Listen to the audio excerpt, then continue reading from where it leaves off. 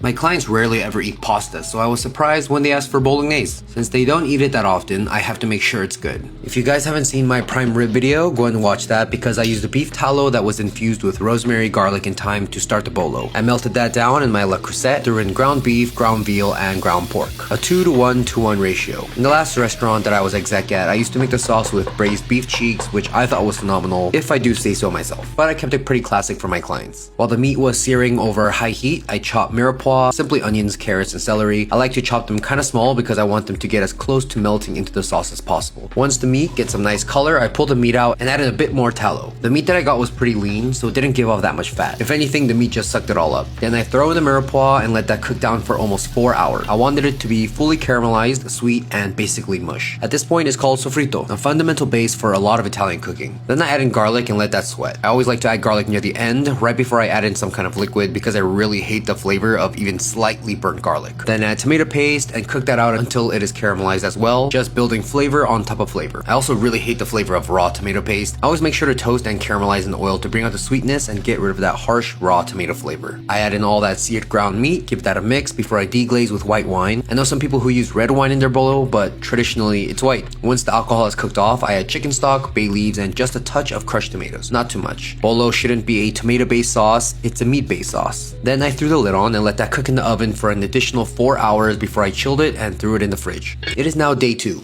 I like to let my bolo spend the night in the fridge for the flavors to meld together. It also makes it easier to remove all that fat. Then I brought it up to heat, let that simmer while I cook my pasta. Bolognese also traditionally has a bit of milk to make it richer, but my clients told me they did not want milk in it, so I omitted it for them. It's always about what the client wants. I used to serve my bolo with mafaldine, which basically looks like skinnier lasagna noodles with the edges, or tagliatelle, which is more traditional, but my client wanted rigatoni. With the noodles 90% of the way done, I toss with the sauce, add in pasta water to let the pasta finish cooking, a few knobs of butter to make it richer and silky, freshly grated Parmigiano Reggiano to finish it up, let that emulsify and plate. Let's hope they like it.